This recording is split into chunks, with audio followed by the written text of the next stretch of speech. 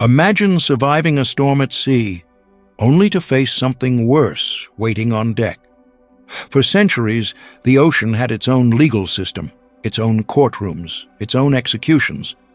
And the men who ran those ships had near absolute power over the bodies and lives of every soul beneath them. But here's what most people don't realize. The punishments weren't just brutal. They were designed to be, engineered to break something deeper than bone. What kind of institution turns suffering into policy? You're about to find out. The golden age of sail wasn't golden for everyone. Between the 16th and 19th centuries, naval ships were floating cities, cramped, disease-ridden, and ruled by a single man whose word was absolute law. A captain at sea held more unchecked authority than almost any figure on land. No jury, no appeal, no witnesses that mattered. Just open water in every direction and a crew of men who had nowhere to run. Most of those men hadn't chosen this life freely.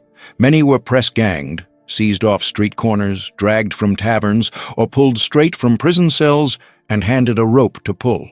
They were given a uniform, a hammock barely wide enough to sleep in, and a set of rules they were expected to follow perfectly. Rules written entirely by the men who would also punish them for breaking them. And the punishments were not afterthoughts. They were doctrine. Naval codes across Britain, the Dutch Republic, and Spain had formalized suffering into procedure long before the modern world existed. Flogging had schedules, keelhauling had a method, mutiny had a price that was almost always the same, and it was paid in full, publicly. So every remaining sailor understood exactly what obedience cost when it disappeared. These weren't moments of rage from unstable commanders. This was the system working as intended. And somewhere beneath the surface of that system, quite literally, waited one of the most horrifying punishments a human being could survive. Flogging came first. It was the baseline, the minimum.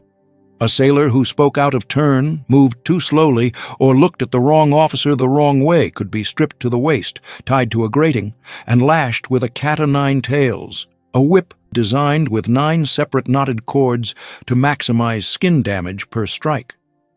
Regulations in the British Royal Navy technically capped punishment at 12 lashes, but captains at sea, far from oversight, regularly ordered hundreds.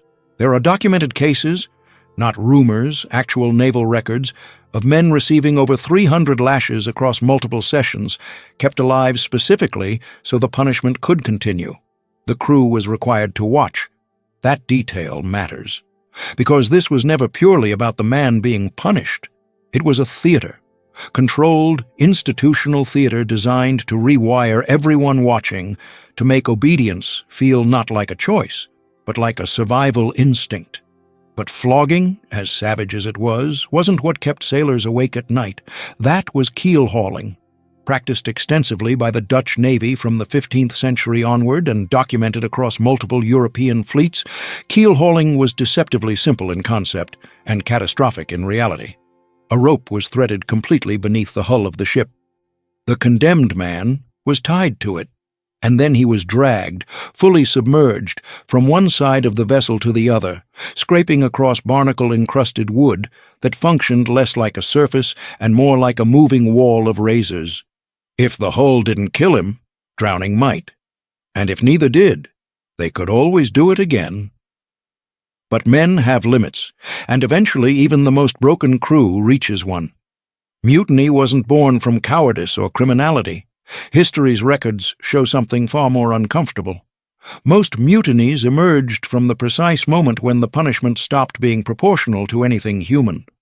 When sailors had watched enough, endured enough, buried enough of their own at sea under the orders of men who faced zero consequences for killing them slowly. The Bounty, the Hermione, the Nor. These weren't random explosions of chaos. They were conclusions.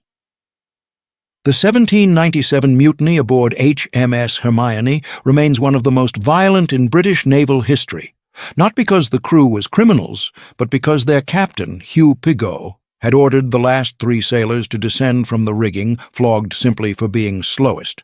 3 men were punished for losing a race against gravity. When those men fell, one to his death, Pigot reportedly expressed no remorse. That night, the crew made a decision. What followed was brutal, bloody, and in the cold logic of institutional violence, almost mathematically inevitable. The men who had been turned into instruments of pain finally turned back. And the British Admiralty's response revealed everything about the system's true priorities. They hunted those sailors for years. Not because justice demanded it, because the machinery of control could not afford to let the lesson stand. The real crime, it turned out, wasn't what the sailors did. It was that they had proved the system could be broken. Keelhauling was officially abolished. Flogging was eventually outlawed. The brutal machinery of naval punishment was dismantled, quietly, bureaucratically, without much ceremony. But here's what doesn't get dismantled as easily: the logic behind it, the belief that absolute power over another person's body is an acceptable management tool. That suffering, when institutionalized, stops being violence and becomes policy. That the real threat to any system isn't incompetence at the top. It's resistance from below. That logic didn't stay at sea. It migrated into prisons, into labor systems, into institutions that still exist today, wearing different uniforms and different language, but operating on a recognizable architecture, where those with authority write the rules, enforce the rules, and face the least consequences for breaking them. The sailors who were keel-hauled didn't make it into most history books. Their names weren't recorded with the same care as the captains who ordered it. That erasure wasn't accidental, because systems that depend on compliance also depend on forgetting.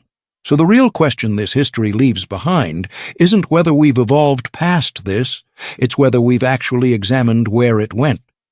Suffering dressed in procedure is still suffering, and the ocean has always been very good at keeping secrets.